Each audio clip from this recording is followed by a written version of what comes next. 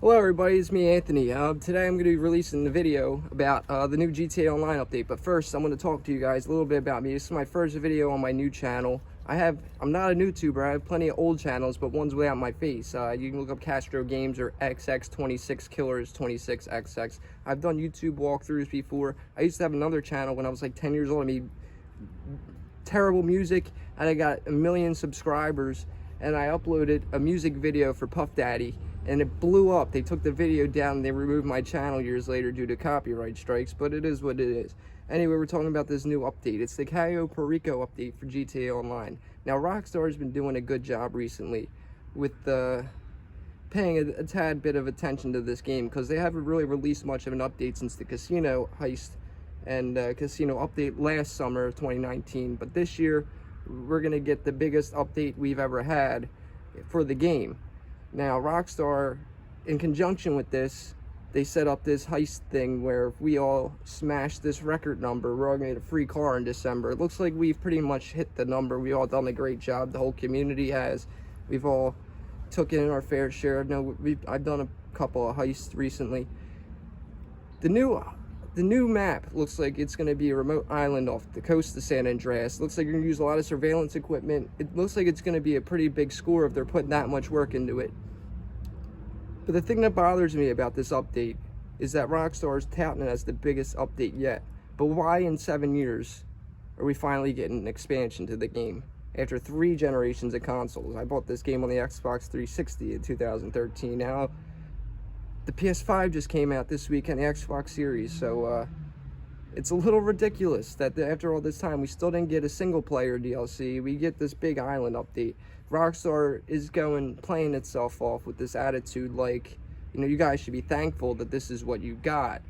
And no, we shouldn't. You should be doing this to your game. You guys have had a pretty good track record up until about 2013 with being very vigilant about your games being great and updating them and releasing new stuff to please your fans, because that's where your community was.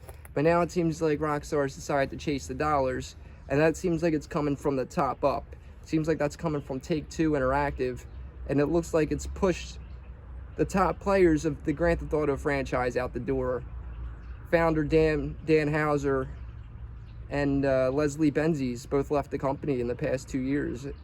Few years, actually. I don't know when Leslie left. I think it was around 2017, 2016, somewhere around there. These guys created this franchise and made it exactly what it is today, and why so many people love this franchise. I've been playing Grand Theft Auto my whole life, and to say Grand Theft Auto 5 has been a disappointment the whole way around would pretty much sum up my feelings about the whole game. I mean, I've grown fond of it recently, but it's a disappointment when you compare it to the tall task of the other games. I mean, all of them have hit their mark where they needed to hit them. This one seemed to do it. But it seems like the company at the top, Take-Two, is going the microtransaction route, and that's all they seem to care about, the almighty dollar. So we haven't heard any GTA 6 news. Let's talk about GTA 6 and the future of the franchise, because that's really another reason why you probably clicked on this video.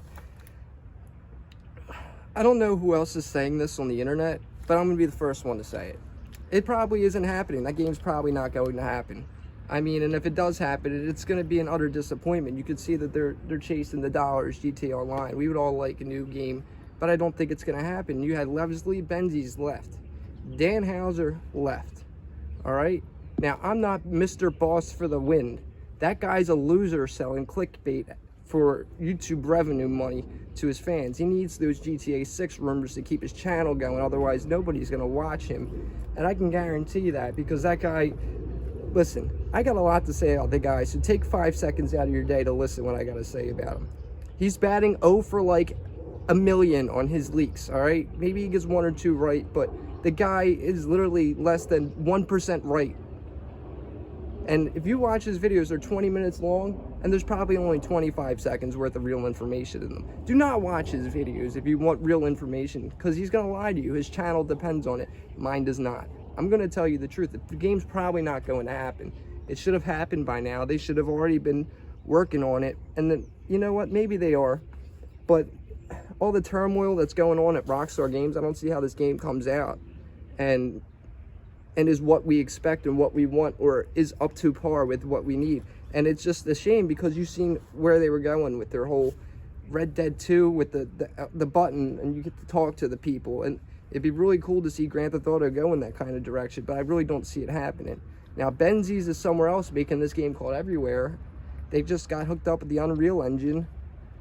That game looks pretty neat, but there's really no information on it yet. But Rockstar, man, they really fumbled the ball on this whole game. This whole 7-year existence of this game has been nothing but a joke, nothing but a slap in the face to its fans. I mean, it's attracted a whole new base of audience. Flying cars, the oppressor. That thing is the most unnecessary vehicle. It makes everything hard. You take that out of the game, it's an evil playing field. All right. In the meantime, Rockstar's done nothing but inflate their in-game currency with fake stimulus checks. $1 million a month to every GTA Online player, and now $1 million gets you nothing, so it's worthless. All right, those shark cards you're spending $100 on, that kind of stuff, it amounts to nothing anymore. They've done nothing but inflate their in-game currency, and all the cool stuff you need to spend real life money to get, unless you grind about 25 hours of your life in a row without giving up the controller. Then I don't see how it's, possible when you got some stuff going on.